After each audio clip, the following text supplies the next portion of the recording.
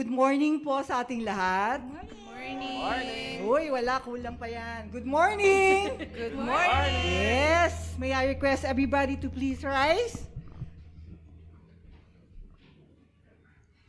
Welcome po sa panibagong linggo. And I hope kayo pong lahat ay excited para pumuri sa Panginoon. Amen ho ba? Amen. So this time, I ask everybody to please bow down their heads and close their eyes. This time, isipin natin lahat ng mga ginawa ng Panginoon sa atin for the week.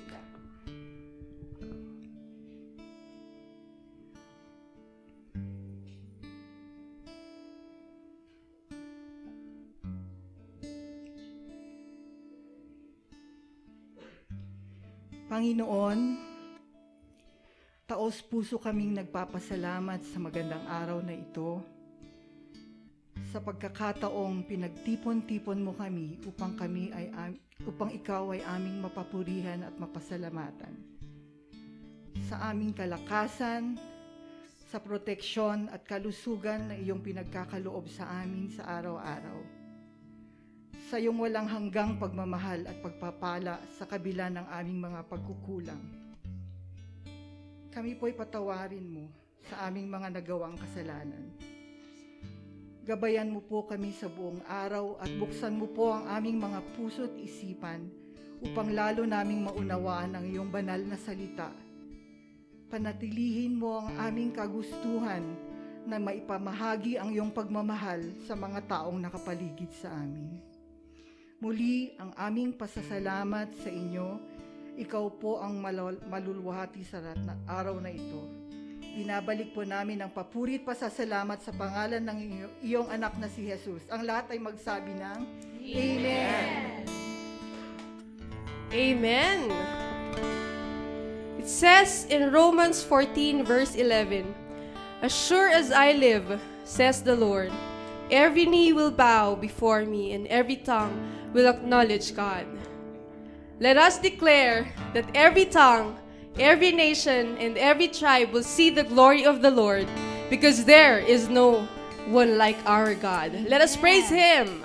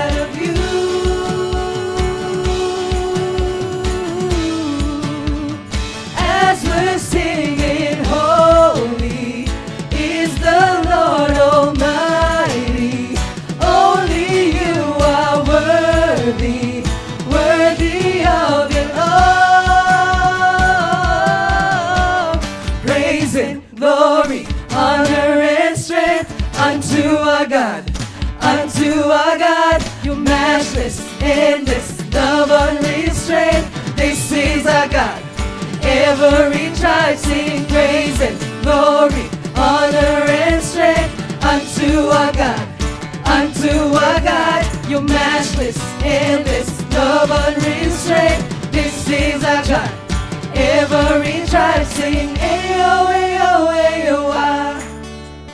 Ayo, ayo, ayo,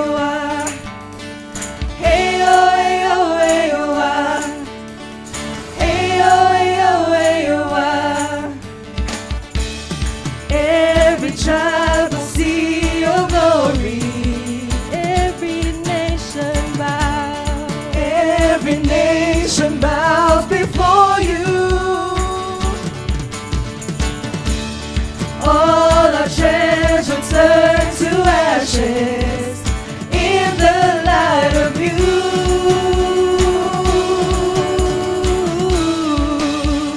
As we're singing, holy is the Lord Almighty. Only you are worthy, worthy of it all. Praise and glory, honor and strength unto our God, unto our God. Your matchless, endless love unrestrained. This is our God.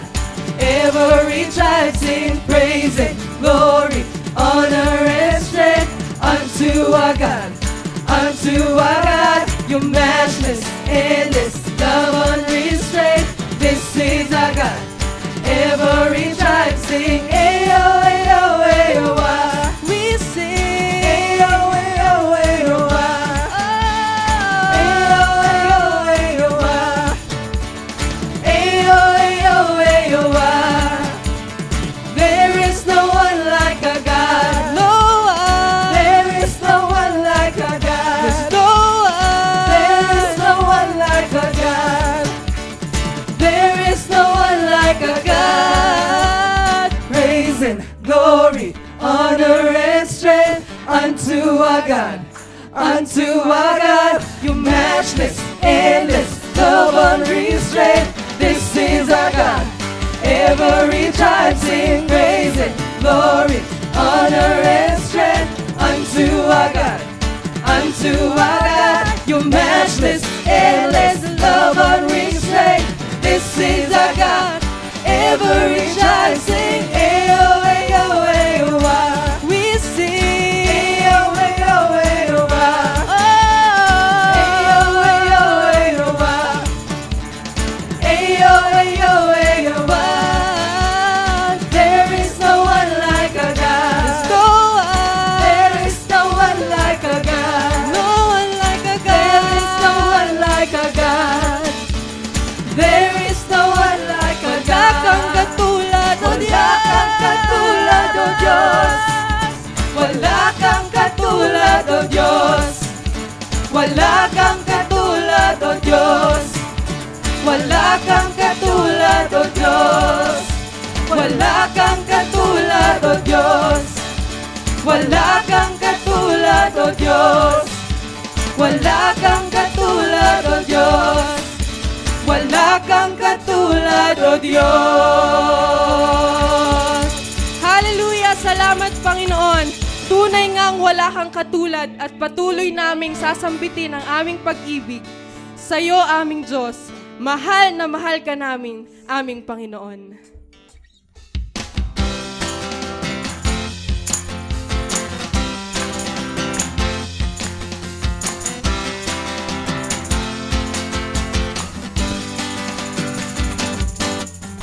Mahal na mahal kita, Panginoon. Mahal na mahal kita, Panginoon. Kailan may di kita ipagpapalik, pagkat sa piling mo'y langit. Mahal na mahal kita, Panginoon.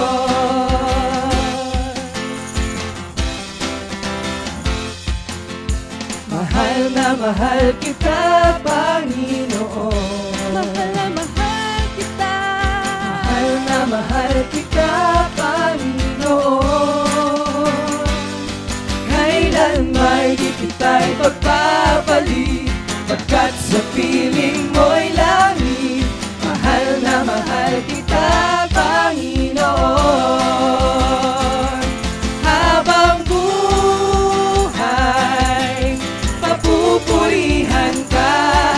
Habang buhay, maglilingkod sa'yo. Habang buhay, pag-ibig ko sa'yo'y iaalay.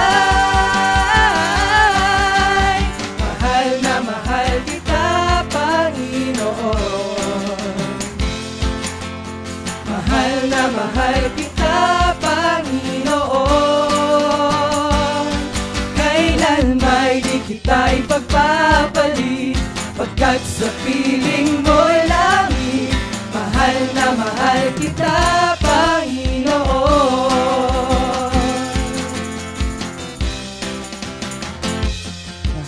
Mahal na mahal kita, Panginoon. Mahal na mahal kita.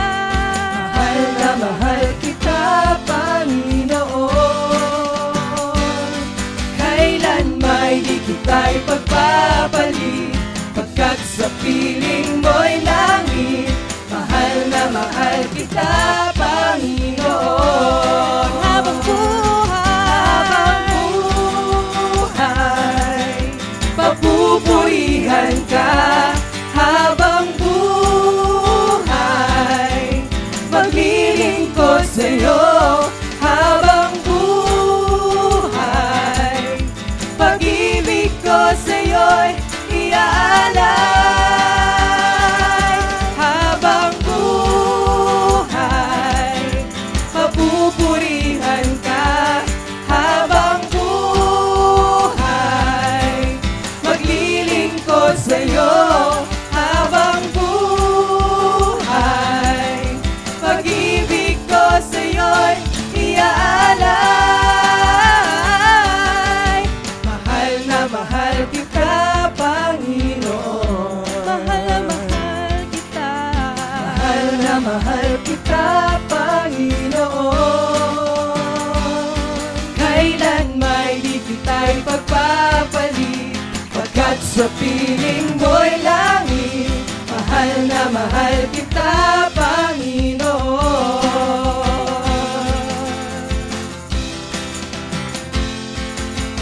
Mahal na mahal kita, Panginoon. Mahal na mahal kita, Panginoon.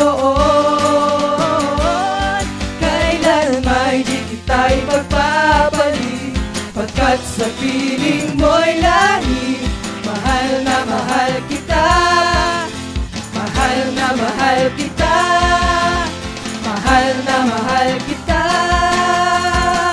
Panginoon.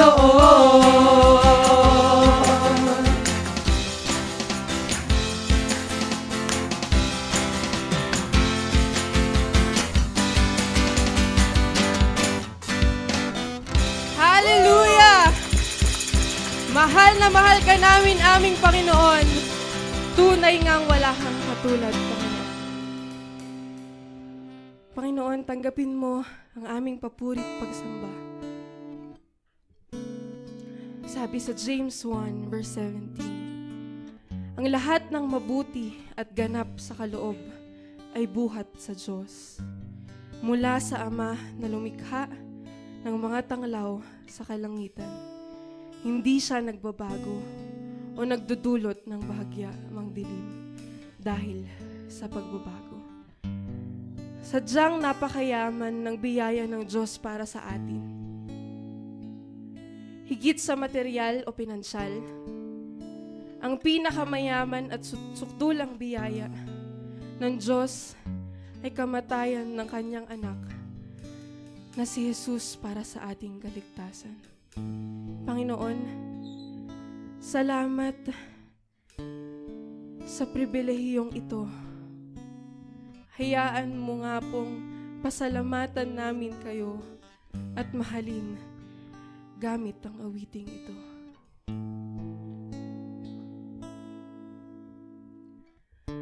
Habang hindi karapat-dapat, pagukulan ng hapag at wagas mong pagsinta. Habang walang kakayanang masuklian ka ng puti sa lahat mong ginawa. Niyakap mo ako sa aking karumihan. Inibig mo ako nang di kayang tumbasan.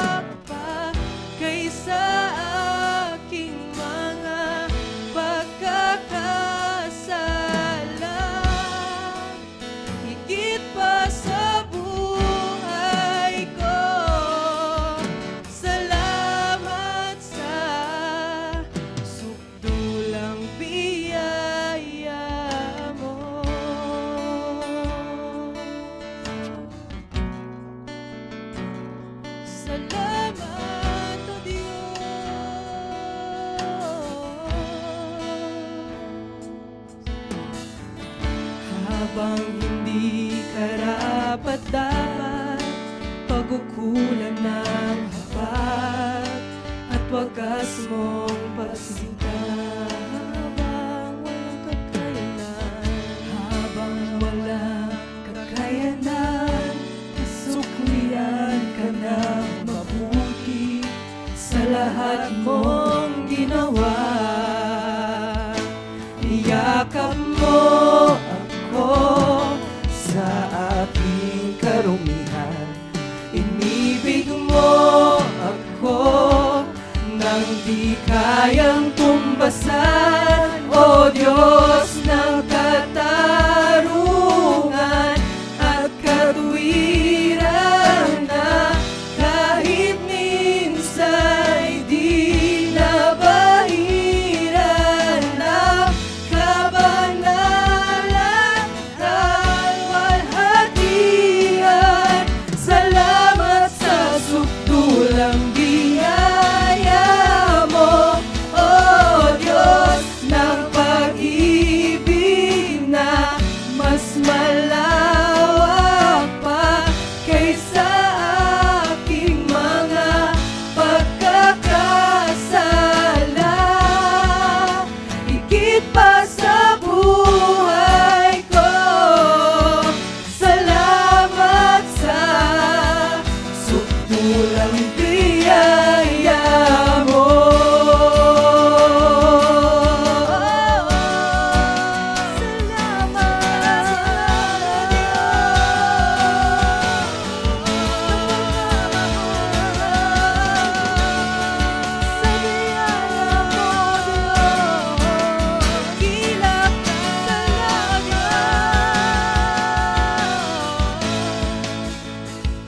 Niyakap mo ako sa aking kaluwihan, inibig mo ako nang di kayang tumbasan. Niyakap mo ako sa aking karumihan, inibig mo ako nang di kayang tumbasan. Niyakap mo ako sa aking karumihan, inibig mo ako nang di kayang tumbasan. Niyakap mo ako sa aking karumihan, inibig mo ako nang di kayang tumbasan. O Diyos ng katarungan at katuwiran na kahit minsan di nabahiran ng kabanalan kalwalhatian. Salamat sa sukdulang biyaya mo, O Diyos ng pag-ibig na mas malawak pa kaysa aking mga pagkakasala. Higit pa sa buhay ko, salamat sa sukdulang biyaya mo.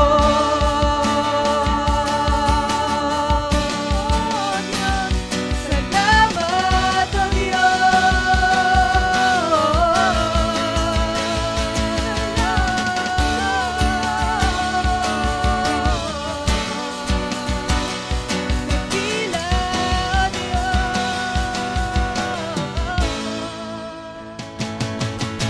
Purihin ka sa awit, itataas ang aking tinig, itatanghal sa buhay ko'y tanging ikaw, O Diyos.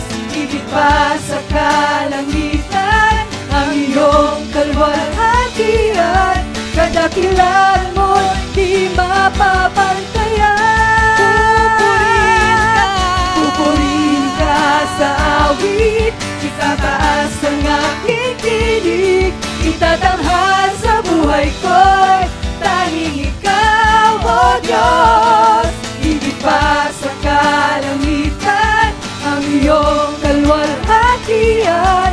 kadakilan mo'y di mapapantayan.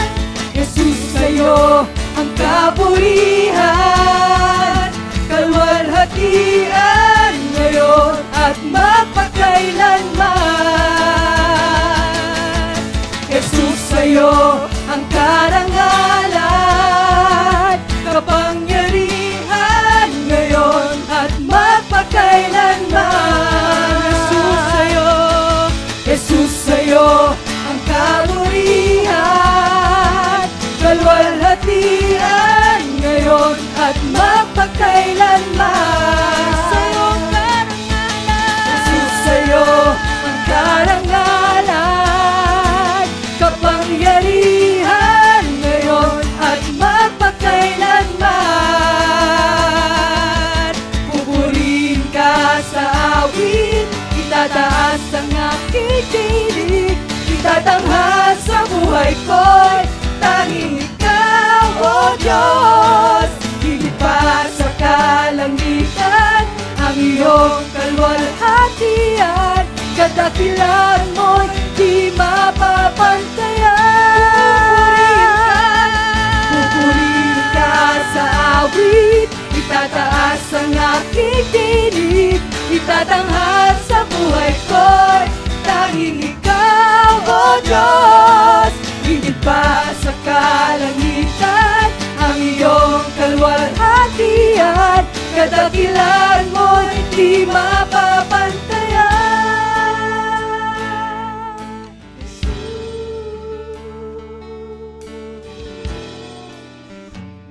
Oh, Jesus.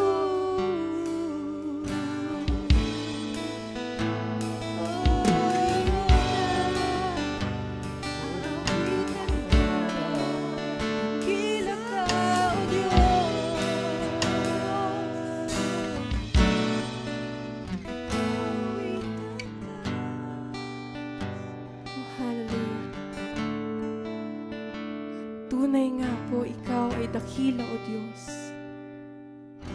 Ikaw lang at wala nang iba. Mahal naming Ama, kami po ay lubos na nagpapasalamat sa magandang araw na pinagkaloob niyo sa amin. Salamat, Panginoon, sa lahat ng biyaya, maging sa aming buhay, aming kalusugan at kalakasan. Salamat po, Panginoon, sa paggabay, pag-iingat, at walang kapantay na pagmamahal na binibigay niyo sa amin, sa kabila ng aming kahinaan at kasalanang nagagawa sa araw-araw.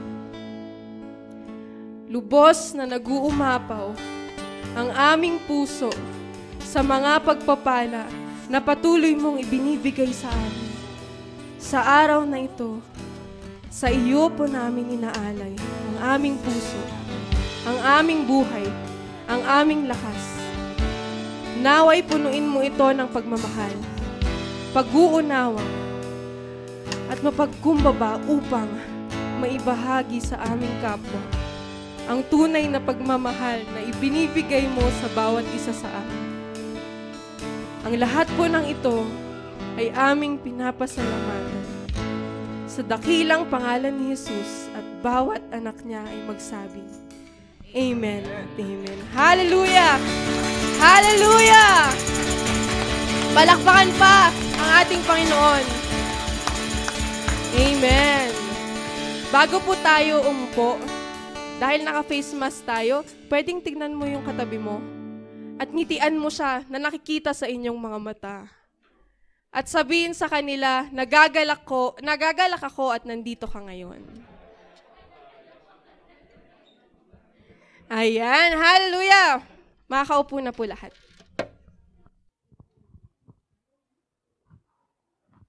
Ayan, who loves coffee? Diba, sabi pag taga Baguio ka, 90% of people from Baguio loves coffee, di ba? Kasi ang lamig dito, di ba? The next time you drink coffee, may it be a reminder of what Christ did for you. Sabi yun, coffee, di ba siya an acronym? Sabi yun, Christ offers forgiveness for everyone, everywhere. So the next time you sip your hot or your cold coffee, remember that Christ offers forgiveness for everyone, everywhere. Amen? Ang hirap, di ba? Ang hirap magpakita ng pagmamahal kung yung puso natin punong-puno ng bitterness, punong-puno ng galit. Amen? Baka malungkot kayo ngayon, di ba? And so good morning sa inyo lahat, di ba? It's always a blessing to share God's word to His people. So if you're joining us for the first time, hello. I'm Pastor Mike Dizon, on behalf of One Beat Christian Ministries. It is our prayer that you not only grow deeper in understanding God's word, but you get to learn to apply it in your daily lives. Amen? Ayun. So today we continue our series entitled Rated R, di ba? So iba, wow, tama yata yung pinasukan kong message, di ba? Mga rated R. But today we won't be talking about those movies, di ba? Mga palabas na hindi pambata, but rather rated R meaning relationships. For the whole month of September, we'll be talking about relationships, di ba? Those hard-to-touch topics na hindi natin pinag-usapan. Like last week, we got to talk about who is your neighbor, di ba? Typically, pang loving your enemy, di ba? Ang hirap mga ganong bagay. And today, we get to touch another topic pagdating sa relationships. Parang hindi ka excited, di ba? Parang umaga ngayon, di ba? Parang lungkot-lungkot niyo, di ba? This Sunday, we get to talk about forgiveness. So, sa katabi mo, forgiveness. Ang hirap, no? Forgiveness. I remember there was this Spanish story about a father who had paano bang sabihin yung relationship? Who had a bad relationship with his son, di ba? So, nag-away sila, nagkahiwalay ng landas. Ilang weeks na, ilang buwan na hindi pa rin umuwi yung kanyang anak. So, last effort, sabi nung kanyang tatay, di ba? Kasi, siyempre, Spanish sila. Sabi niya, ganito na lang gagawin ko. Pupunta ako sa isang newspaper, tapos ipapaprint ko doon. Di ba? Alam mo yung pinag-print niya, Kuya Jumar? Sabi niya, Dear Paco, di ba? Doon kasi pag Spanish, yun yung tawag nila, Paco. Dear Paco, meet me in front of this newspaper office at noon on Saturday. All is forgiven. I love you, your father. Alam mo, pagdating ng Sunday, nakaabang din yung tatay, nagulat siya. Alam mo bakit? May 800 plus na bata doon, na lahat sila pangalan ay Paco. Hinihintay yung tatay nila, yung kapatawaran at pagmamahal galing sa kanilang tatay. It's a tragedy, di ba? We live in a world where brokenness is abundant. Yung mahirap nun, minsan tayo pa nakakadagdag. Di ba? It was General Oglethorpe who once said to John Wesley, sabi niya, I never forgive, I never forget. Sakit, no? Ano sagot ni John Wesley? Sabi ni John Wesley, then sir, I hope you never sin. It brings us deep realization for today. For the whole morning, di ba? I want you to evaluate the lives that we live. Are we really redeemed by the blood of Jesus? Are we really saved by His blood? Do we really call ourselves Christians today? Or are we still those Christians who don't show love, who would rather place other people in cages, holding the key and waiting for revenge? Today, we get to assess ourselves, reflect hopefully on God's word, and begin to act. Apply God's word in our lives.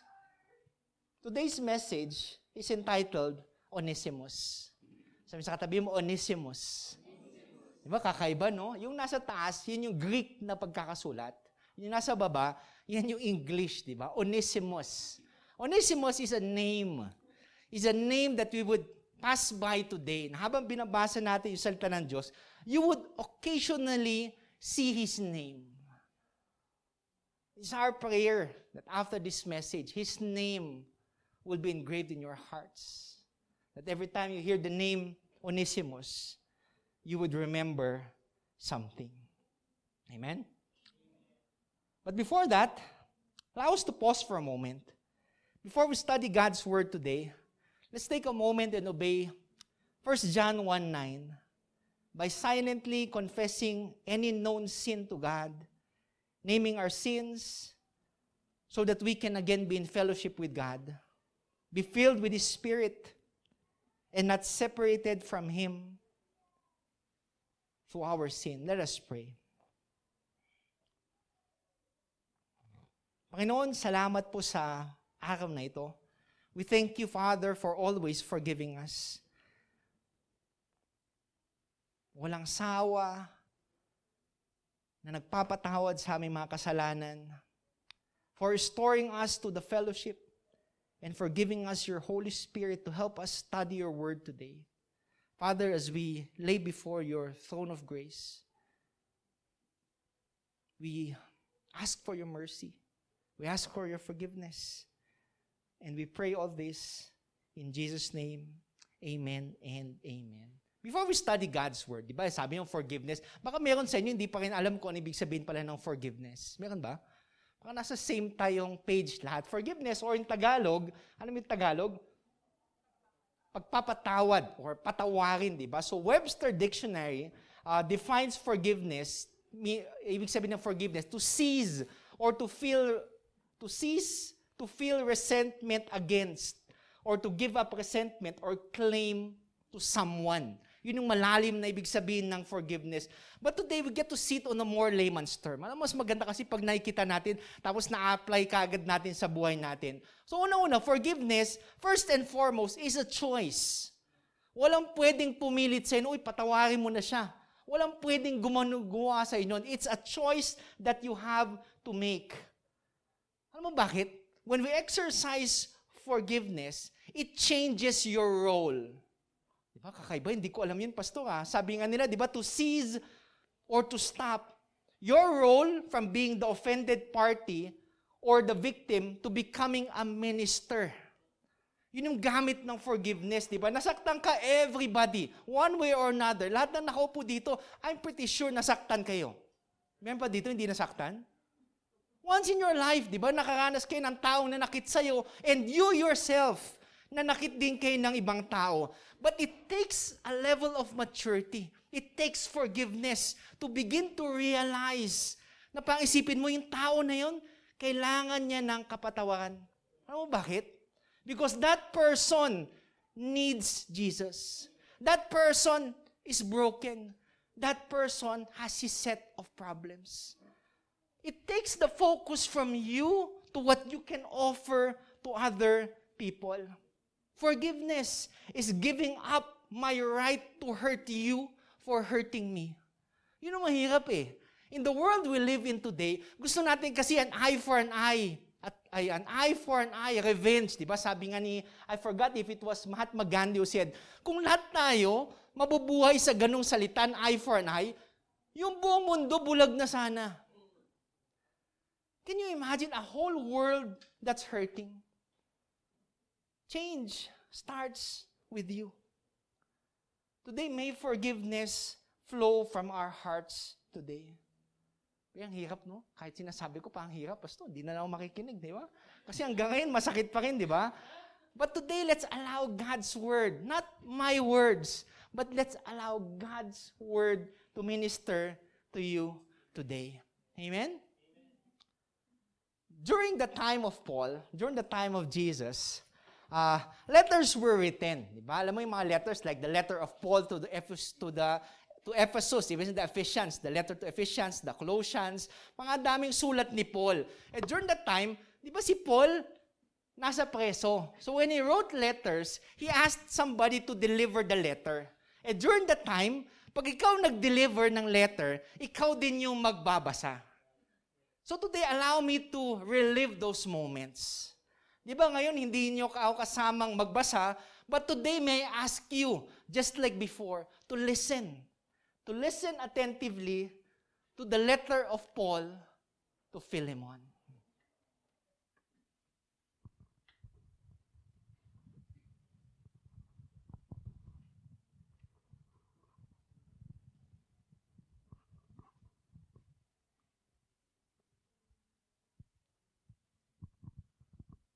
This is Paul's letter. Paul, a prisoner of Christ Jesus, and Timothy, our brother. To Philemon, our dear brother and fellow worker. To Apphia, our sister. To Archippus, our fellow soldier. And to the church that meets in your home. Grace to you and peace from God our Father and the Lord Jesus Christ. I always thank my God as I remember you in my prayers, because I hear about your faith in the Lord Jesus and your love for all the saints. I pray that you may be active in sharing your faith so that you will have a full understanding of every good thing we have in Christ. Your love has given me great joy and encouragement because you, brother, have refreshed the hearts of the saints. Therefore, although in Christ I could be bold to order you to do what you ought to do, yet I appeal to you on the basis of love. I then, as Paul, an old man and now also a prisoner of Christ Jesus, I appeal to you for my son Onesimus, who became my son while I was in chains. Formerly he was useless to you, but now he has become useful both to you and to me. I am sending him, who is my very heart, back to you.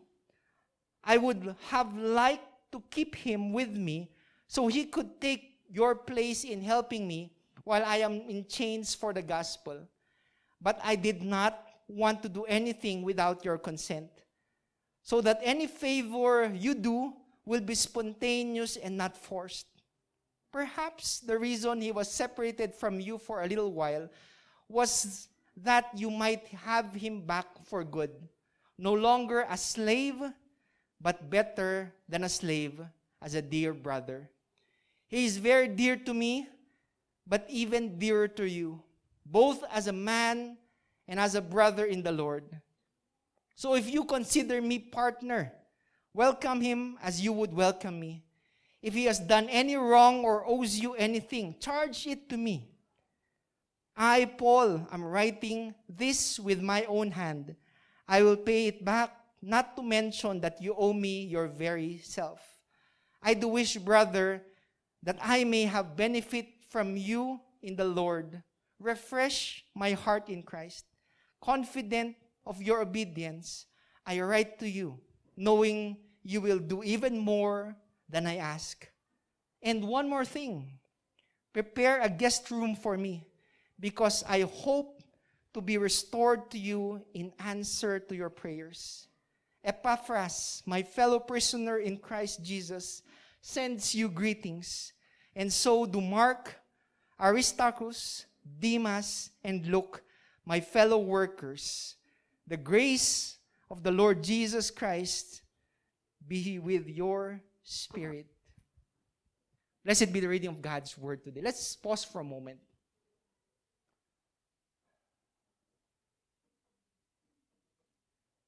Father, today we thank you for this letter of Paul to Philemon. And today as we reflect on your words to him, Father, may we pick up lessons that we can apply in our lives. Father, be magnified. Speak to us today. We honor you, O Lord Father. We give you thanks. In Jesus' name we pray. Amen and amen. Philemon is not a new letter. Di ba? Pag diyan mo, parang pastor, hindi ko pa narinig yung letter na yun eh. Yung passage of scripture na Philemon. Ba, sino sa inyo nakarinig na yung book ng Philemon? Wala, di ba? Very seldom. Parang meron palang ganun, pastor, di ba? Kasi ang Philemon, alam mo, although it's an unheard book, it's a book that you should have read. Alam mo bakit? It has only one chapter. Yung binasa ko kanina, yun yung buong letter na yan. 1 chapter, 25 verses. Ang ikli, di ba? And yet, we seldom miss it, di ba? Eh, gusto natin kasi yung mga letters, yung mga Hebrews, Colossians, di ba? Yung mga gandang mga letters. Pero if you happen to flip your pages to the book of Hebrews, before Hebrews comes the book of Philemon. 1 chapter, 25 verses. So the next time you flip your pages, di ba, I hope you get to look again at this beautiful letter that the Apostle Paul had for Philemon. Di ba kanina, pag tingnan mo, di ba, nabasa nyo kanina? Narinig nyo kanina yung mga characters. There's this guy by the name of Paul. Di ba, kilala naman natin kung sino si Paul. Di ba, tapos pagkatapos si Paul, there was this guy by the name of Philemon. Philemon was this rich guy. Kaya sabi nun, di ba, nung ina-address niya to Philemon, tas bandang last sabi niya, and the church that meets at your house. Kasi mayaman siya. Kasi kaya niyang maglagay ng maraming tao sa kanyang bahay. That's how rich Philemon was. But aside from those things, di ba, nandun si Apphia, he's probably his wife, di ba? There was this guy that he mentioned by the name of Onesimus. Onesimus was his slave. Yeah, parang grabe, nung time pala ni Paul tsaka ni Jesus, may mga slaves. Yes. In the Greco-Roman Empire, ang daming slaves during that empire. Pagtingin mo, parang 40% slaves lahat eh. Sa sobrang dami nila, there were like 60 million slaves. Kaya dapat yung mga slaves, kinokontrol. Kasi pag nalaman nilang ganun sila kadami, they can overthrow the government. Grabe nung ganun kadami yung mga slaves para during that time, yung mga professionals gusto din magpaalipin. In order to know something, or in order to learn something, or in order to learn and to earn. Kaya sila nagpapaalipin. So this guy by the name of Onesimus was the slave of the guy named Philemon. Sabi doon, di ba, lumaya siya. Nung lumaya siya, probably because nagnakaw siya, he went to Rome. Maganda kasi pagdating sa Rome, ang daming tao, pwede kang biglang makipaghalubilo, hindi ka nila ma-recognize. And as he was in Rome, biglang nakilala niya si Paul. And you know Paul, di ba? Kahit nasa preso yun, grabe yun mag-evangelize. It was said here that Paul won Onesimus. Ibig sabihin, he got to share his faith to Onesimus. As habang narinig ni Onesimus, biglang naramdaman niya pang, wow, that's what it means to become a Christian. So he was converted. Yun yung kwento nito, di ba? Parang ang lalim ng kwento, di ba? Parang pag mo sanga-sanga-sanga. And today we look upon this story. Di ba? Ano ba pwede natin matutunan, di ba? Paul was requesting, nung sumulat siya sa letter, sabi na kay Philemon accept back Onesimus, but not as a slave, but as your brother in Christ. Parang hirap, no? Alam mo, during that time, when a slave left the master, tapos may ginawa pa siyang karumal-dumal o may ginawa siyang pagnanakaw, alam mo, pag bumalik yun, anong gagawin, PJ? Tatatakan yung slave na yun dito sa kanyang noo. They would brand him with the letter F para makita doon na fugitive. Slave ka na nga, criminal ka pa. Imagine nun, kitang-kita ng ibang tao na grabe tong to, may ginawa tong masama. And because they were slaves, they were considered property. Kasi may pag umalis yun, hari, alam mo pwede niyang gawin? Pwede niyang patayin. Walang papreso sa'yo, it is your right. Because they were seen as someone less. So imagine mo during that, I want you to rethink on what happened. Para maisip mo yung naramdaman ni Onesimus, babalik kaya ako? Kasi pagbalik ko, pwedeng sabihin ni Philemon, no, patayin na natin yan. Hindi ka sure kung anong reaction ni Philemon pagbalik ni Onesimus. But Paul was confident. Sabi ni Paul in his letter, I know you. Kilala kita, Philemon. And probably, Philemon, when Paul was in the church in Ephesus, siguro nasa Ephesus siya. When I was preaching there, Philemon was one of these guys who was won there. Ibig sabihin, kilala niya kasi ikaw, na-win din kita when I got to preach in the church in Ephesus. That's why when he was writing this letter to Philemon, it was something personal. Sabi na, kilala kita. And because of the work of Jesus in your life, I know that you would forgive him. Kaya sabi nga di Paul, if you read the letter again, di ba? Kaya kitang i-command. Kaya kong sabihin, gawin mo to, Philemon, patawarin mo to, pagbalik ko to, patawarin mo to. Pero gusto ko, pag ginawa mo yon out of love. It goes back kanina, sabi mo, forgiveness is a choice. And Paul wanted it to be his choice. Na pag bumalik si Onesimus, talagang with open arms, tatanggapin ulit ni Philemon. We're not saying na kalimutan na natin yung ginawa niya. That's why Paul even said, kung meron man siyang ginawa o ninakaw sa'yo, babayaran namin. Kung hindi siya, babayaran ko. The consequence is still there. Hindi sinasabi natin pag you offer forgiveness, kalimutan na natin. It's still there. That's why it's hard, di ba? Kasi it's a process Hindi naman pwedeng paggising mo, okay na It takes time. And Paul was confident when he told to Philemon, I'm sending him back. Alam mo bakit? Kasi nagbago na siya. Wow! Such powerful words. Sabi niya, dati wala siyang silbi, pero ngayon may silbi na siya. Kasi dito palang tinutulungan na niya ako. And when I return him back, my prayer, sabi niya, ibalik mo din siya sa akin para mas lalo siyang maraming matulungan. You see the change? You see the change, a life that has changed because they were introduced to Jesus. From the very start, hindi naman tayo nagbabago ng tao eh. Not me, not the person beside you. Only Jesus can change a life. Minsan pagtingin mo, even the worst people, pagsin mo, paano kaya? Paano kaya? Diba? Paano kaya siya mapapatawad? Ito kaya pag nakilala niya si Jesus, talaga bang magbabago? Mukhang hindi. Bakit? Kasi inisip mo, ikaw yung magbabago sa kanya eh. But when you place it in the hands of Jesus, that life can be transformed. So today, why forgive? Di ba? Bakit kailangan natin magpatawad? Hindi na, pastor, uwi na tayo. Di ba? Okay naman yung buhay ko eh. Di ba? Okay to, konti lang naman eh. Kinikim-kim ko, konti lang naman. Di ba? Forgiveness doesn't mean we forget or approve what was done. It does not mean we ignore the injustice or cruelty. It means we are released from them. Hindi natin napapansin yung mga maliliit na galit, yung mga maliliit na bitterness na hinaharbor natin. Minsan, it shapes your character. Hindi mo namamalayan na dadagdagan ng hindi mo namamalayan. Yung puso mo pala, bato na eh. Punong-puno ng galit. Then you pray for the love of God. Paano pupunin ni Lord yan eh, kung punong-puno ng galit? Forgiveness means we let go of those thoughts, of those fantasies of revenge. Diba? Nasubukan nyo, sobrang galit mo, tingin mo pa lang eh, pinupugutan mo na siya ng ulo. Diba? Na-imagine mo na siya dumudugo, sinisipa mo, diba? Diba? Mga ganun scenario, na-imagine niyo yun, di pa? Hindi pa umabot sa ganung galit, diba? Then praise God, di pa kayo umabot sa ganung galit. Diba? Forgiveness means looking at the future instead of the past. We look forward to something brighter. Forgiveness may not change the one who hurt you, but your life will be more alive, more filled with grace. It will be Christ-like. Kala natin kasi pag nagpatawad tayo, dapat magbago siya eh. Paano pag hindi?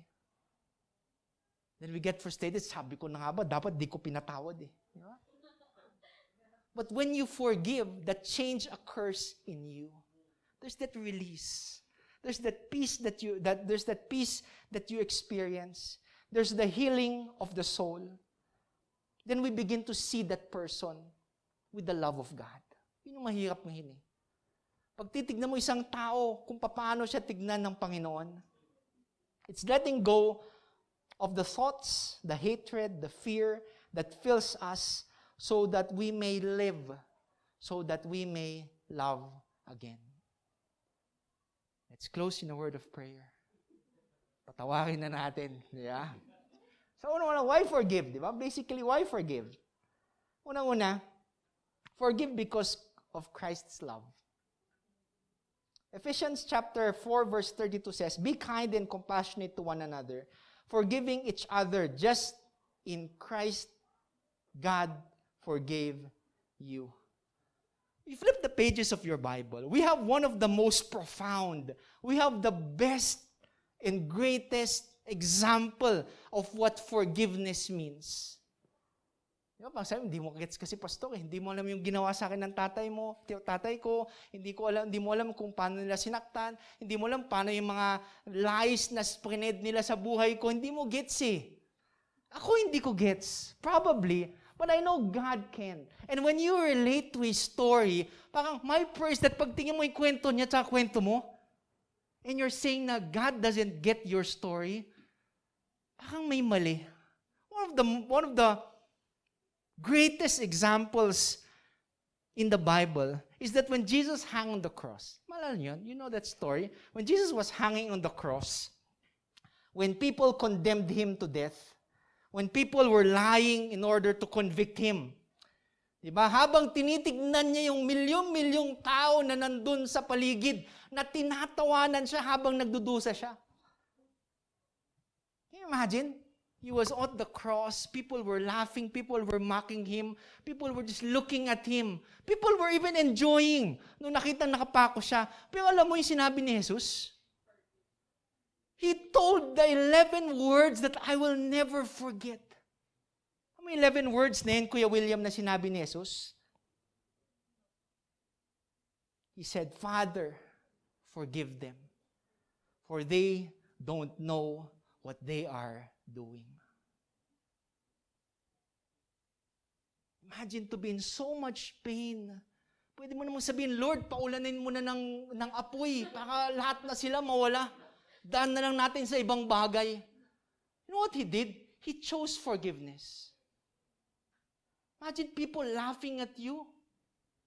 People spitting at you.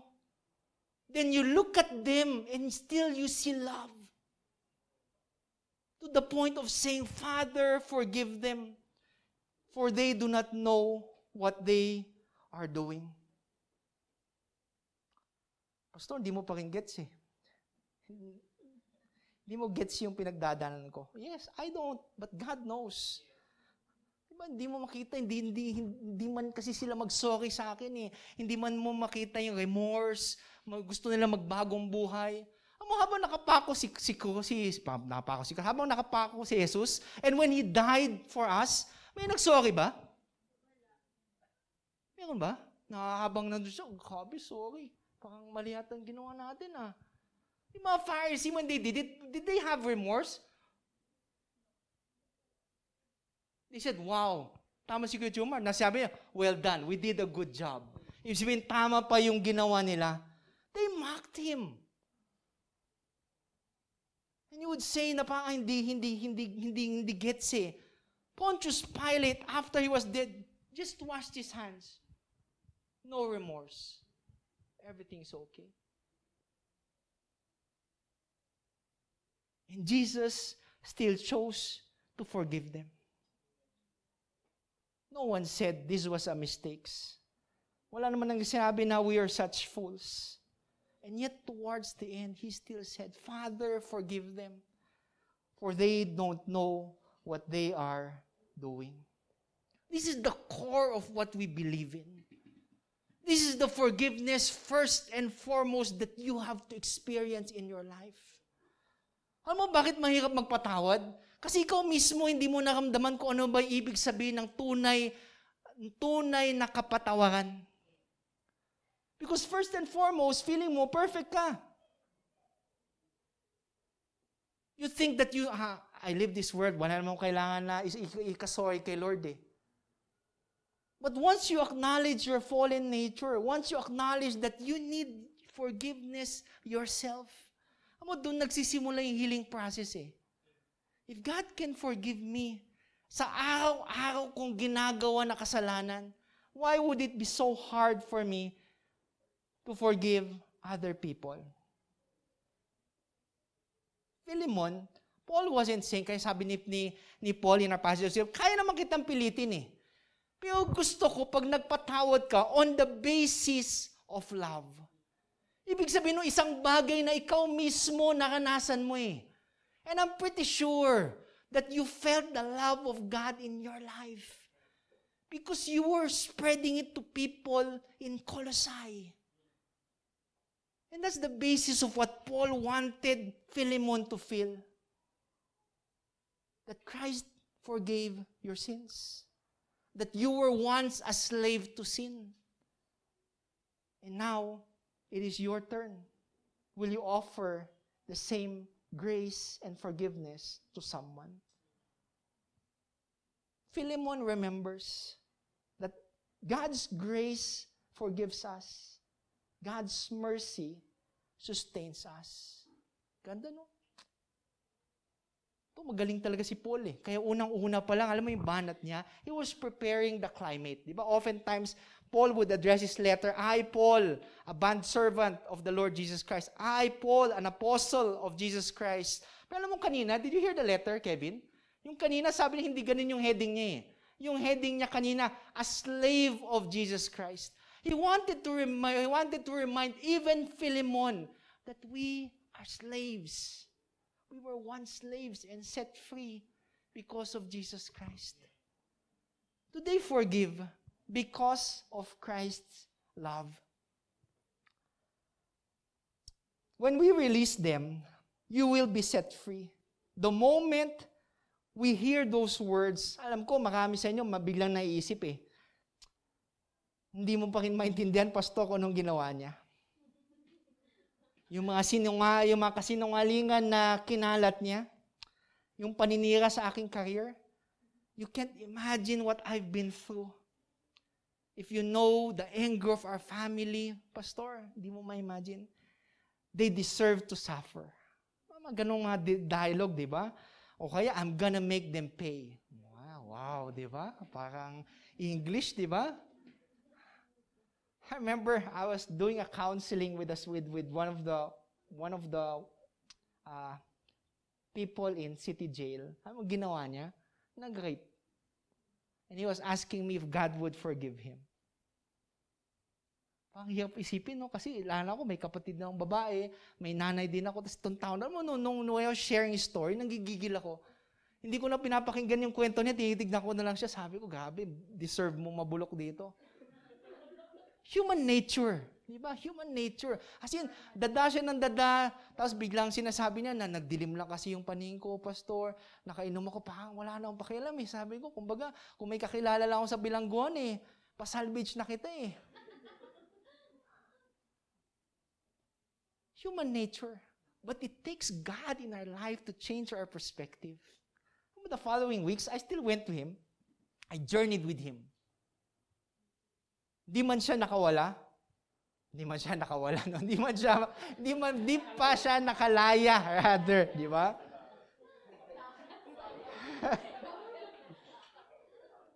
But there was one thing God wanted me to assure to him. That God loves him. That Christ died also for him. Minsan kasi gusto natin exclusive Pinipili lang natin, di ba? Si Lord din namatay para sa iyo, di ba? So deserve mo. Hindi mo deserve si Lord. God was just bring even him. I died for him. C.S. Lewis made this remark. Everyone says forgiveness is a lovely idea until he has something to forgive. Diba? Daling sabihin, mahirap gawin. Lalo when you're on the spot and you're asked by God to forgive someone, ang hirap. Ang hirap.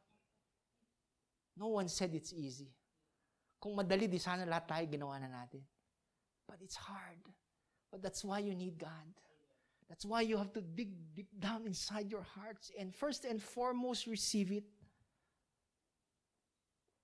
Lord, I receive your love and your forgiveness. Alam ko, once in my life, grabe.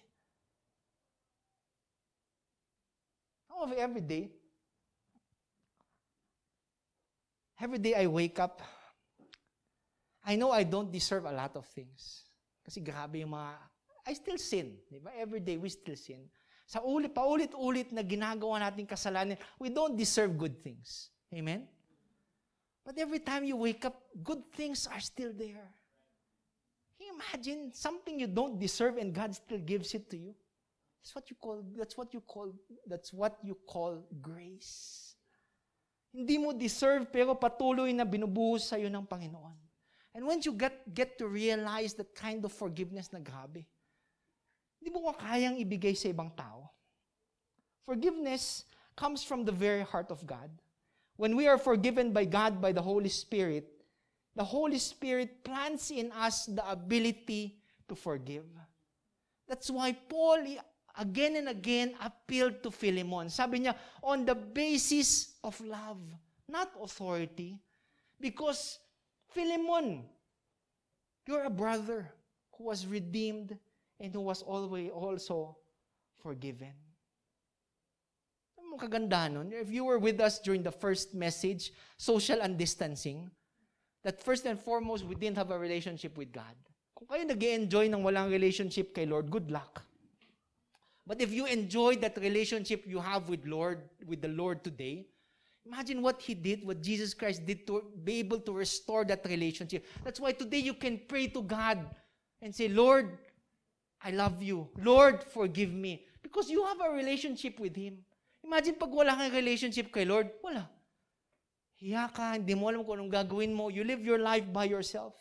And that relationship was made possible because of the finished work of Jesus Christ on the cross. Something that He restored.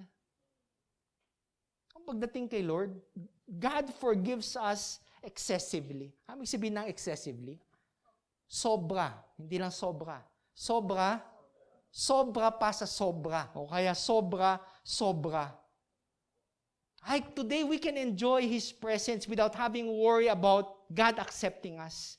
God in His character is complete love. We are set free by God's love, for God is love. It is forgiveness and the working of God's grace that sets us free to experience and explore God's love. Christ paid it all. Sobra-sobra. Nung namatay si Jesus sa krus, hindi pa siya humingi ng sukli. Kasi sobra-sobra nang ginawa. Alam ko na, pagkatapos nito, hingin ko si Lovely sukli kasi sobra yung binigay ko. Hindi, sobra-sobra nag-uumapaw. Kaya alam mo, masakit sa akin, whenever I get to hear it, na ang tagal-tagal na nating Kristiyano, tapos naniniwala pa tayo sa kasabihan na ayos lang gumawa ng kasalanan kasi papatawarin naman tayo ni Lord. Yes, it's true, but it should push you not to abuse sin, but rather to reflect on the goodness of God in your life. Bakit kaya kong gawin ni grabe si Lord yung pagmamahal niyo, open arms palagi, sobra-sobra yung binibigay niya sa akin. It should push you to live a life that is holy.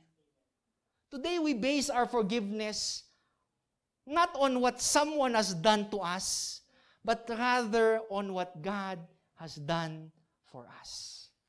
Today, forgive. Forgive because of Christ's love.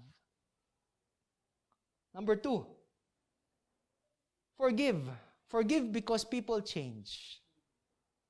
Diba? Parang hirap nun 2 Corinthians 5:17 says, therefore, if anyone is in Christ, the new creation has come. The old is gone, and the new is here. May pagpapatao daw, parang pagbalat ng sibuyas. Amen. Pag nagbalat ka ng sibuyas, di ba? Pagkatapos yung outer layer, ano makikita mo? Sibuyas pa din, di ba? Pag tanggal mo na next layer ng sibuyas, ano mayon? Sibuyas pa yan, di ba? Sibuyas, ang dami, di ba? Parang ang daming layers yung kailangan mong balatan. Pero habang pinabalitan mo yung sibuyas, hindi mo namamalayan, naiyak ka. You get to see a different layer. Parang pag nakita mo, pag forgive mo, ito rin pala kailangan ko humingi ng patawad. Ito pa kailangan pala siyang i-forgive dito. Then in the process, you begin to cry. Because forgiveness is not an easy thing. Going back to our passage of Scripture, di ba sabi natin, yung title natin, Onesimus. Ano ibig sabihin ng Onesimus? Yung mga barong na gamit niyo, di ba? Onesimus. Yung mga gusto niyo. Pero ano pagtingin mo, yung ibig sabihin ng Onesimus, Kevin? It comes from the Greek word that means useful. Useful. Yun yung ibig sabihin ng Onesimus. And it's kind of strange, di ba? It's kind of strange, di ba? Kasi dito si Onesimus, was he useful? No. Di ba sa umpisa, he was not useful. And ganun din naman tayo sa buhay natin . Oftentimes, we do not live out our names. How about you, every time I dedicate a child, ang ganda yung mga pangalan nila, Matthew. Di ba? Mga ganun. Jumar, Angelo, mga ganong pangalan, gaganda, di ba? I always tell the parents, do you know the name, the reason behind the name, the meaning behind the name? Kasi pagkatapos, it is my prayer that they live out their names. They live out to be a person na pagdigyan niya, kaya pala siya Michael, someone who is like God. They get to live out. Bakit yun yung pinadalang pangalan? And today, majority of us call ourselves Christians, di ba? Pag tinanong ko, sino dito Kristiyano? Honestly, raise your hand. Parang wala na gusto, di ba? Parang mukhang may consequence na mangyayari pag tinaas ko kamay ko, di ba? Di ba, pantas, when they say Christian ka, Christian ka, uy, wow, Christian pala tayo. Di ba, we take it lightly. But behind the name is a responsibility. Yun ang mahirap. Diba, pag Kristiyano ka, do you live it out? Nakikita ba nila sa buhay mo? O pag sinabi Kristiyano, ay gabi, kung yan yung Kristiyano, di wala na sana magiging Kristiyano. You see, ganoon naman talaga yun. Onesimus was that person who did not live out to his name. But when he came to that saving relationship with Jesus Christ, things began to change, Kuya William. Kaya sabi ni Paul dito formerly he was useless to you, but now he has become useful to both you and me. Ibig sabihin nito, Kristo, madali lang. Ibig sabihin, gusto sabihin ni Paul dito, nagbago na siya. That's why Paul was asking Philemon to accept him, to forgive him again, because he said Onesimus is not the same person just as he was before. Kasi may nagbago na siya. People change. Isa kailangan niyong isipin nun. Kung siya ganun masamang tao, hindi habang buhay masama siyang tao. That's why he needs people like you to show them what love is all about. Onesimus decided to live up to his name. He was useful. Someone said, sometimes good people make bad choices. Amen? It doesn't mean they are bad people. Posible naman dito may nakaupo na walang ginawang bad choice. Lahat naman tayo, di ba? We make bad choices. Almost, siguro everyday, maliliit man, malalaki, it's still a bad choice. But it doesn't mean you're a bad person. It means you are human. You make mistakes. But the good thing is, when you are in Christ, di ba? He changes you, He transforms you into that person that is like Him. Pag Kristiyano kasi, inisip nila perfect di ba? Kaya ayaw maging Kristiyano. Kasi dapat perfect. We're not perfect, but we strive every day to be perfect. We strive every day to become like Him. Paul encouraged Philemon to receive Onesimus not as a slave, but as his brother in Christ. Onesimus had to go back and face his master. The reality of this relationship with Jesus made it possible for Onesimus to overcome his face and to go back to Colossae and to Philemon. Kahit siguro natatakot si Onesimus because he knew he had Jesus. Kaya kong bumalik, kailangan kong humingi din ng kapatawaran And he was confident because his brother Philemon was also a believer. In other words, the Onesimus you once knew is not the same man. So just on the basis of his changed actions, forgive him, Philemon. Paul is saying that a pardon is simply choosing not to hold what he did against him. That's what forgiveness is all about. How today, pag nagpatawad si Lord, hindi lang sobra pa sa sobra, hindi lang sobra-sobra, pero pag nagpatawad si Lord, buong-buo. God forgives us entirely. God forgives us entirely. When you give Jesus your life, God doesn't just reverse your sin, He releases it and forgives us completely. The Bible says in Romans 8 chapter 1, there is no condemnation for those who are in Christ Jesus. Without Christ's forgiveness, you will live with guilt and shame. The Apostle Paul, or the Apostle Peter rather, put it this way, at one time you did not know God's mercy, but now you have received His mercy. So what happens when you receive God's mercy? He wipes off your sin. It's as if your sin are written on a whiteboard, and then He takes a giant eraser and wipes them all off. It's called grace. Some people, even Christians who have accepted the love of Christ, still don't understand grace.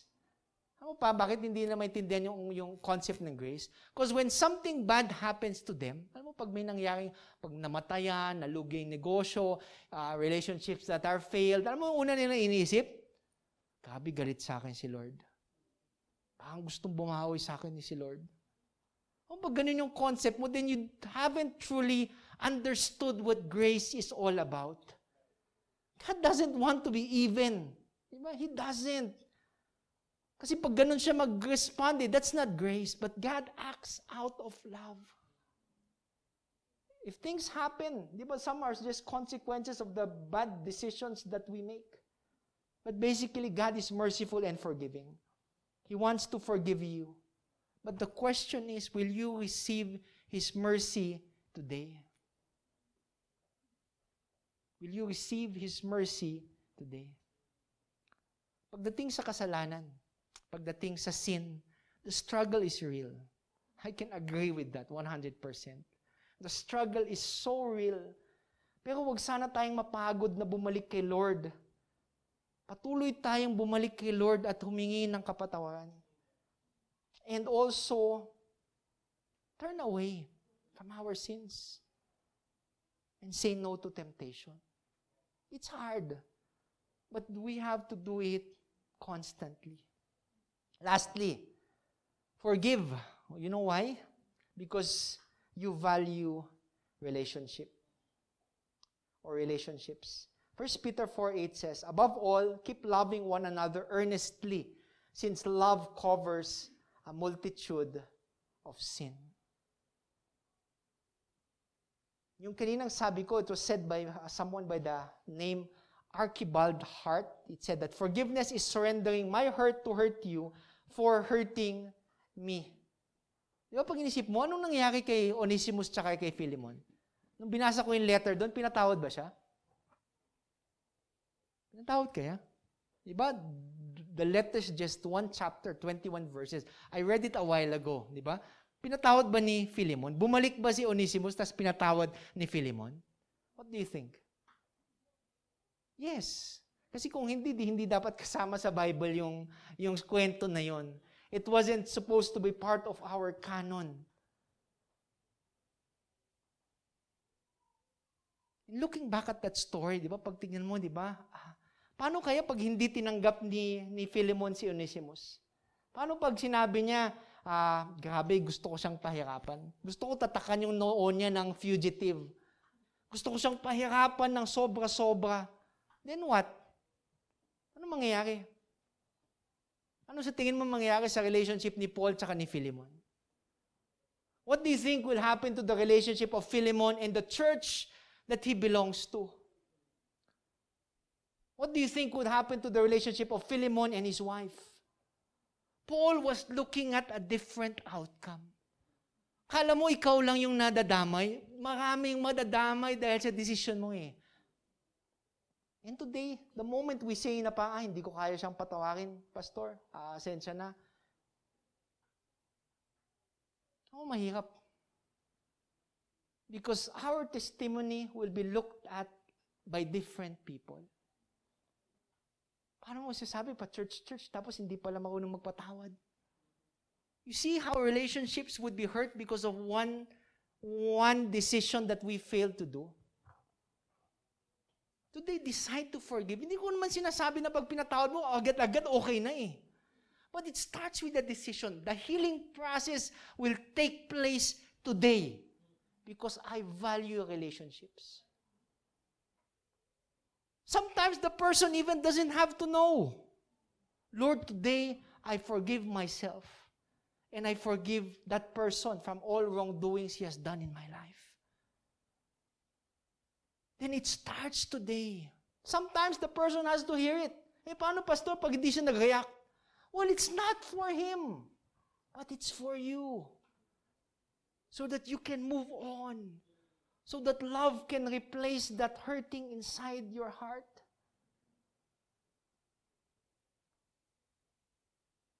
The body of Christ is not about individualism.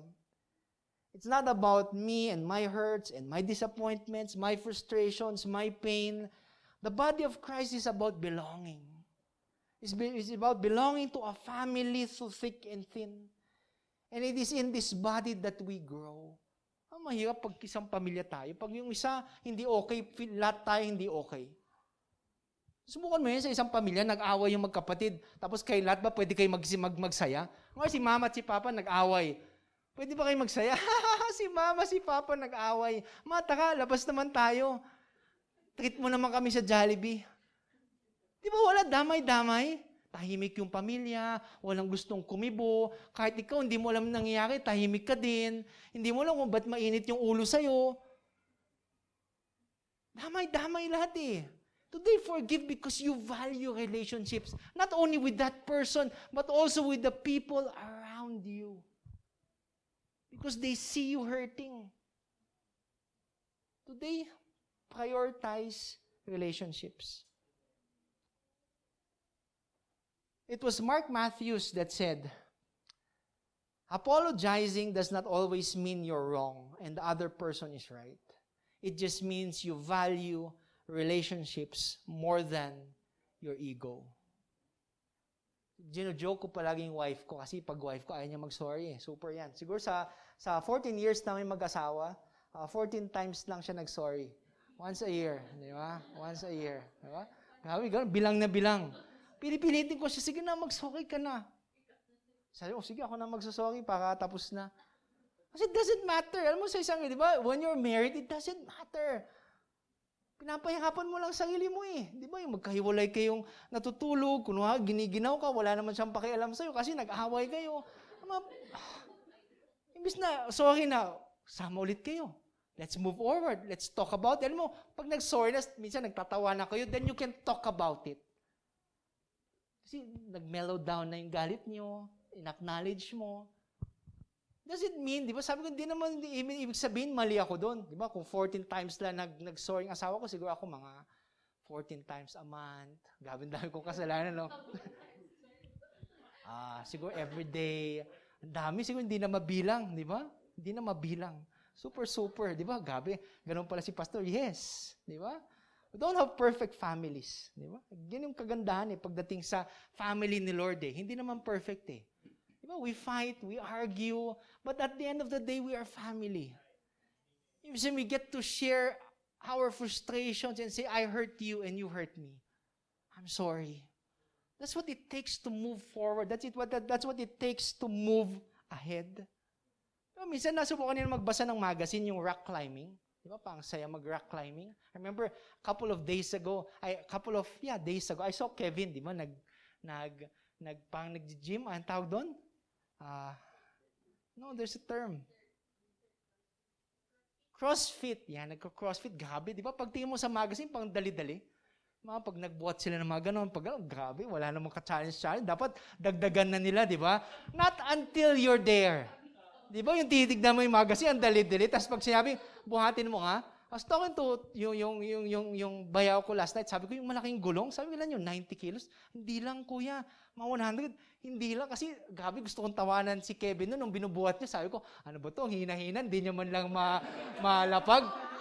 But once you're there, di ba dati pag tingin mo, hina-hina na mga to. Pero pag ikaw mismo andun, oh my God, sabi ko, kaya, baka sabi magkakalus-lus na ako dito. Hindi mo pa nabubuhat But it's easier said than done pag nakita mo. And oftentimes when we look at the Bible and we say, forgive others, hindi mo alam, pastor Not until you're there. Ano mo mas maganda doon? This is the perfect opportunity to put into practice what you have learned. That forgive. Diba? Sabi forgive because of Christ's love. Forgive because people change.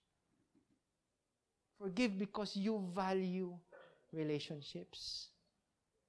Pagdating sa pagpapatawad kasi ni Lord it's something, ano bang term doon? Kanina sabi natin, sobra-sobra, buong buo.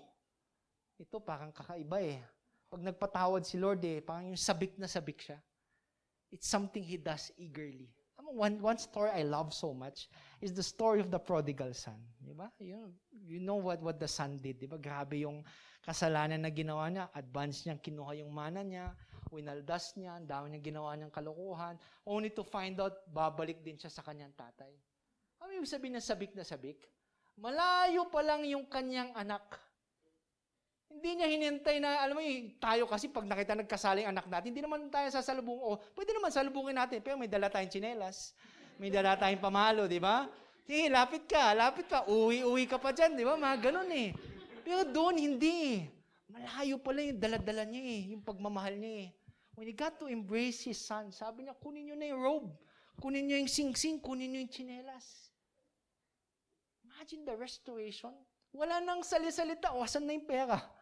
In-invest mo ba? But he was so eager to forgive the son and show him love. That's a forgiveness that we have to follow. Diba? Yung hindi lang sobra-sobra, hindi buong-buo, pero yung sabik na sabik.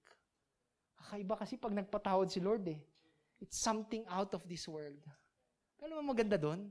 Yung same na pagpapatawad na yun, He wants you to feel it. Para hindi lang siya concept na, sinasabi ni Pastor, but it's something He wants you to receive and feel firsthand today. Yun yung pagpapatawad na gusto ng Panginoon ngayon.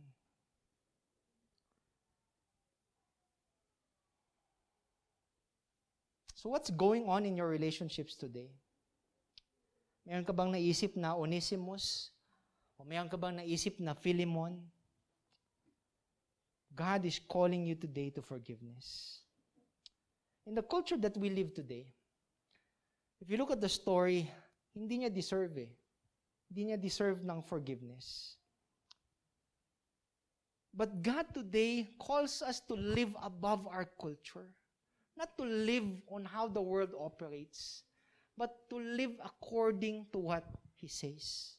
We live according to the standards of God, not of man. Colossians chapter 3 verse 13 says, "Bear with each other and forgive one another. If any of you has grievance against someone, forgive as the Lord forgave you." Today, you can take all your pains. Ano kung mayroon sa inyo ngayon, may mga dala-dala pa rin nanakit, may dala-dala pa rin mga sama ng loob, galit. You can take all of those things. Today, you can take your mistakes and give it to God.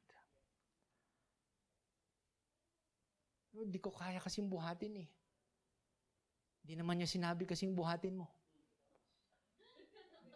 Sabi niya, ibigay niyo sa Kanya. And today, as you surrender all those things to God, pray that He gives you new life. He gives you new direction. He gives you courage to set things right. Today, if someone has wronged you, hurt you, sinned against you, our prayers that the forgiveness starts today. If you have wronged or hurt or sinned against someone, there are consequences. But first and foremost, ask forgiveness. And if you have a relationship with Jesus, you have a perfect basis of what forgiveness is all about. Allow me to end with this quote. It was Martin Luther who said, "We are all God's Onesimus."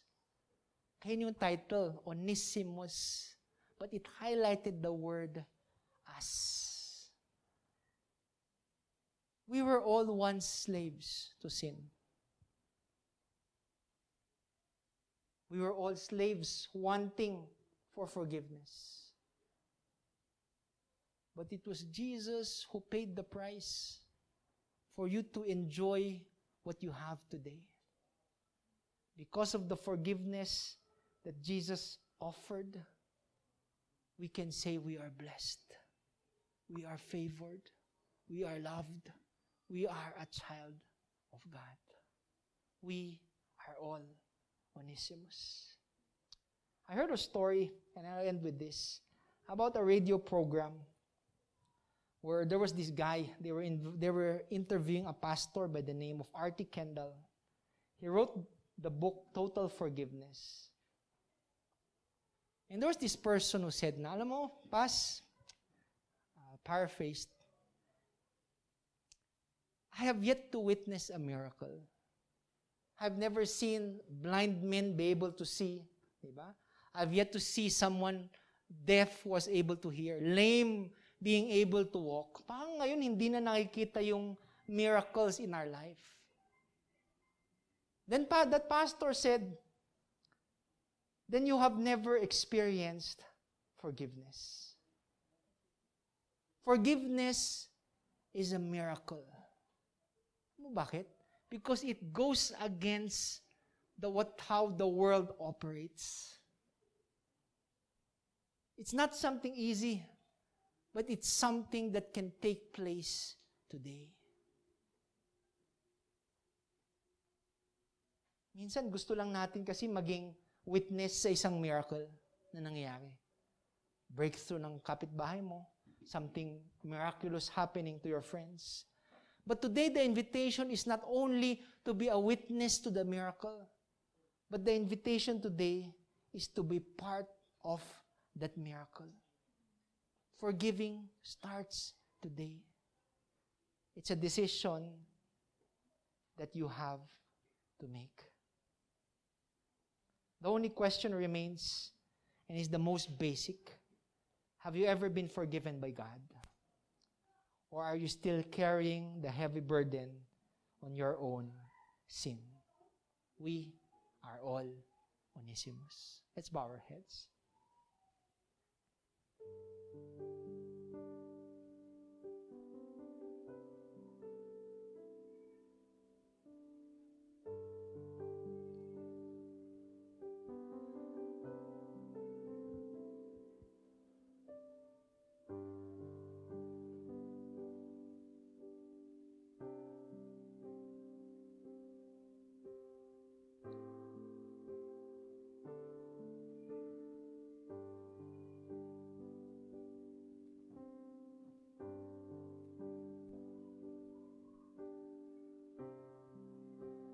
The next time you look at the cross,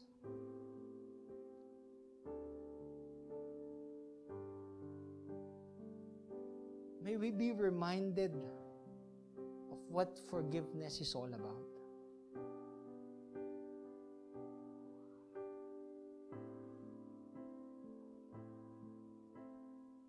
That as He was crucified, para siyang salamin. That as we look at the cross, we begin to see what Jesus has done in our lives. Nakikita natin kung sino na tayo ngayon.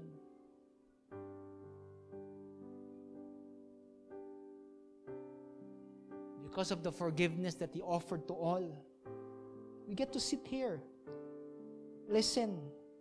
We get to enjoy our families. We get to enjoy a blessed life.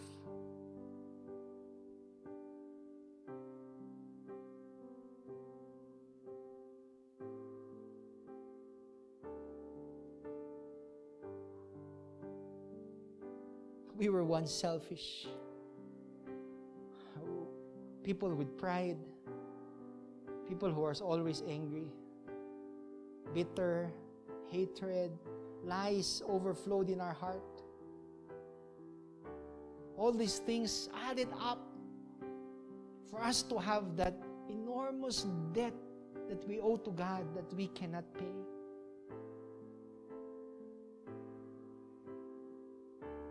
Suddenly, there was this good news. Jesus paid it all.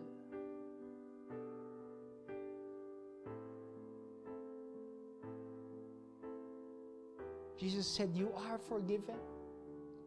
You are loved.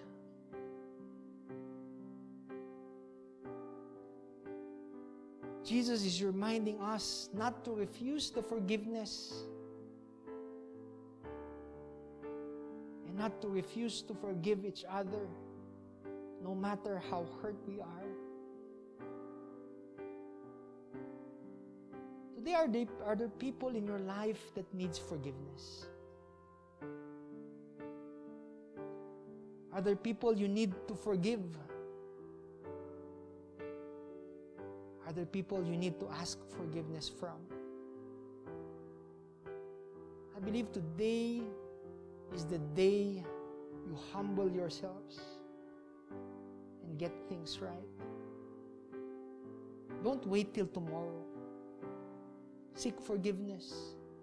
Offer forgiveness. Be a reflection of Jesus today.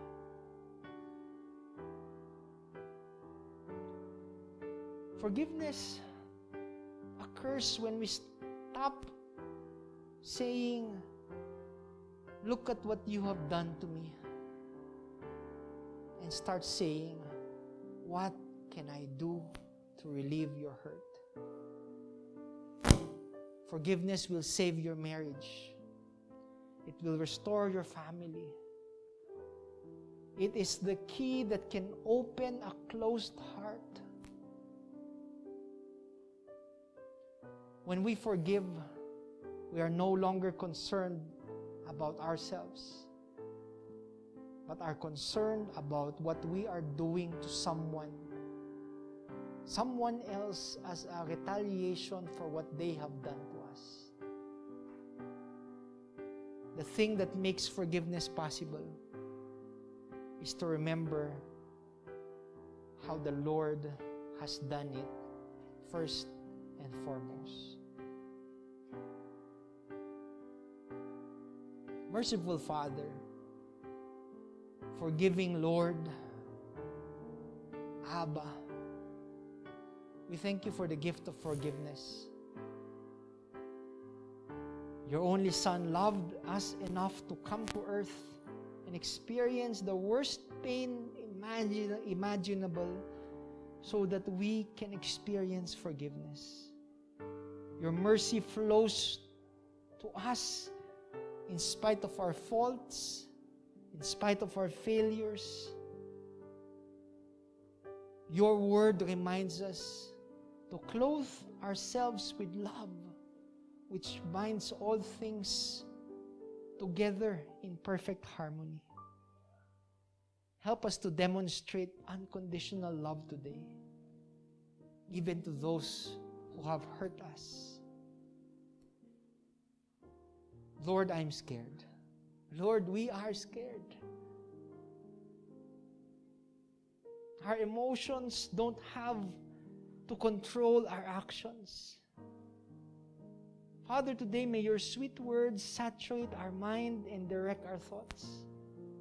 Help us to release the hurt and begin to love again. I want to see my offender with the eyes of God.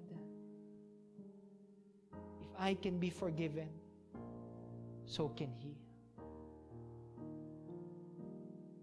Father, today give us the courage. Give us the boldness to follow your word.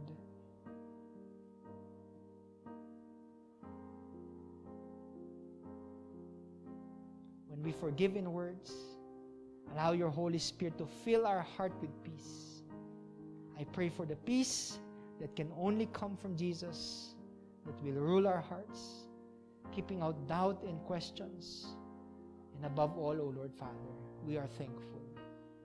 We are thankful to what you have done.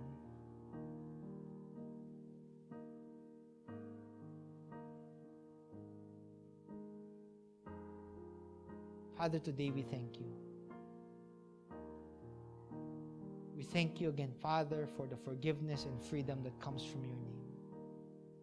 We praise you for the work you are doing in our life, teaching us, correcting us, perfecting our faith. In Jesus' name we pray. Amen and amen. Let's give the Lord the loudest clap offering that we can give him today.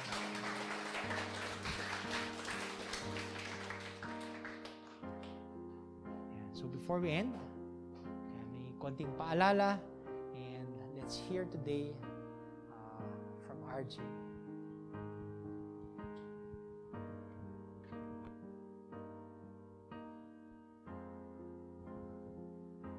Ayan, so good morning po sa ating lahat ulit.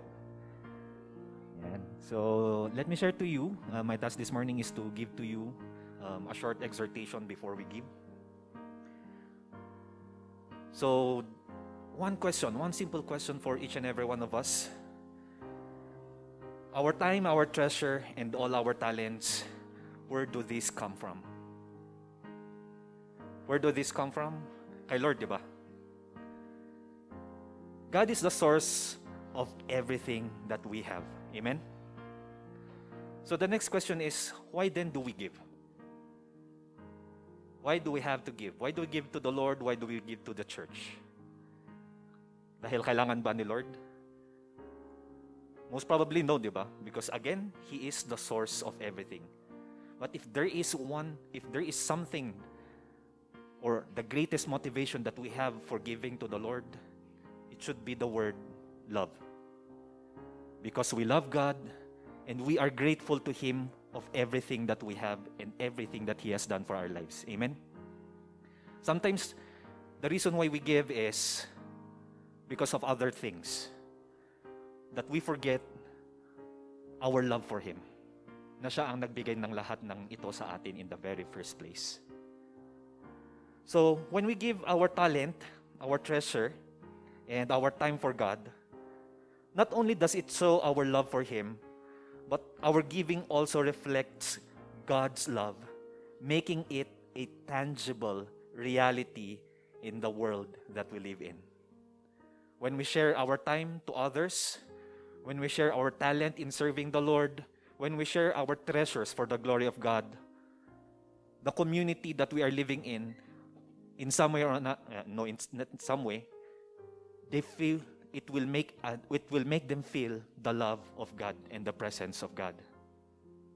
So as we give, and every time we give, let us remember that He first gave us everything. He first gave us everything. He even gave His Son, Jesus Christ, to die for our sins so that we can have life and life abundantly. And we love because He first loved us. Let us pray. Lord, as we give this morning, we are reminded of John 3:16 that because of your great love, you have sent your Son, Jesus Christ, to die on the cross for our sins so that we can have life and life abundantly.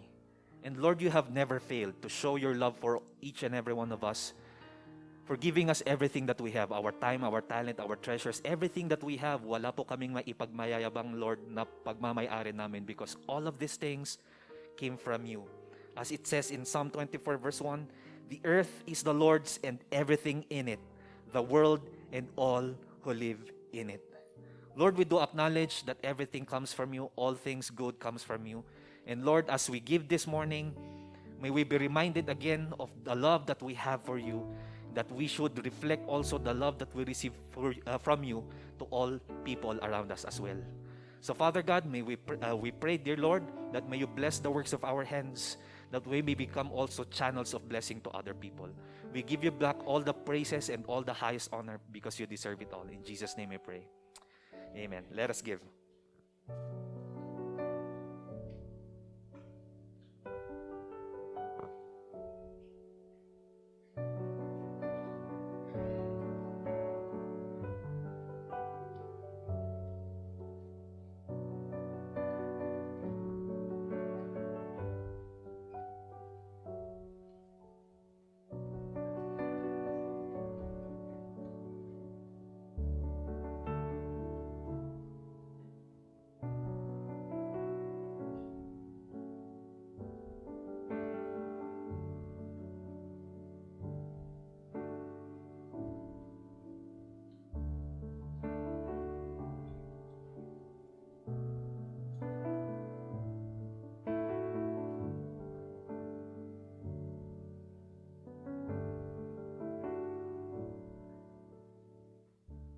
Ayan. So before we close in a word of prayer, some announcements lang po. So tuloy pa rin po ang Zumba habit ng mga ladies during Saturdays. So for those who would like to join, 7 a.m. po, mag-meet na lang daw po kayo sa Burnham. And then if you want to join, contact nyo lang po. It's either of our ladies. So si Tita Ice, si Tita Lisa, or si Cariza and the other ladies na nagdo-join to ng Zumba. contact nyo lang po sila. So, hindi lang po daw po yun Zumba, pero pagkatapos daw ng Zumba, Zoom buffet. Zoom buffet. Ayan. So, sa mga guys kasi, puros buffet lang wala na yung Zumba So, yung mga activities na mga guys, to follow daw po. Pinag-uusapan pa. Tinatamad po kami gumising at 6:30. Okay? And also, we will be placing po mga prayer request forms dito po sa may banda ng entrance or yung exit pala. So if you have prayer concerns, if you have prayer requests na nahiya kayong i-share sa amin or to the leadership via messenger, pwede po natin gawin, isulat po natin yung mga prayer requests natin and then i-drop na rin po natin doon sa Dropbox niya po. So let us make it a habit na if we have prayer requests or concerns, para alam din po ng body so that we can help you pray for it, gawin po natin na i-share po natin yung isulat po natin yung concerns natin or i-message na lang po yung mga leaders. And also, please keep posted because later on we will be having water baptism. So if you want to follow the example of Jesus Christ through water baptism, you may contact po any of the leadership.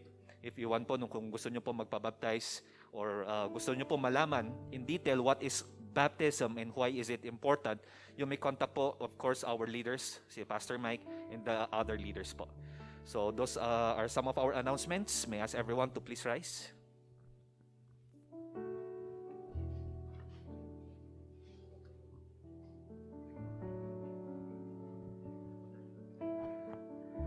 Before we had additional announcement, yun, a co-minister in the Vineyard of Christ is in need of blood type B positive. Yan. So if you wish to donate, lapitan nyo lang po ako or you can go near Doc Leonard, yan, para ma-facilitate natin yun. He is currently now at Notre, yun, in need of blood. So again, if you wish to donate blood type B positive, yan, lapit lang po kayo sa amin later. Ayan, okay? Ayan, so before we end, yan, kanang kamay sa balikat ng katabi mo. O, di ba? Kung meron kang katabi, kung wala man, somebody close to you, di ba? Sabi mo sa kanya, you are blessed. You are favored. You are loved. You are a child of God. Let's raise our hands to the heavens and just end in a word of prayer. Father, today we thank you for your love. We thank you for your unconditional, untiring, everlasting love on us. And today, O Lord, may that love be our example on how we are to forgive other people. Alam namin mahirap, hindi nyo naman sinabing madali. But today, O Lord, may you give us wisdom, courage, boldness, and proper instruction on how we are about to do it. Father, today we thank you. I pray that the love of God, the abounding grace of His Son Jesus, and the constant fellowship of the Holy Spirit be with you all. Go in peace to love and serve the Lord. And all of God's children would say, Amen and Amen. God bless. Keep safe. We'll see you soon.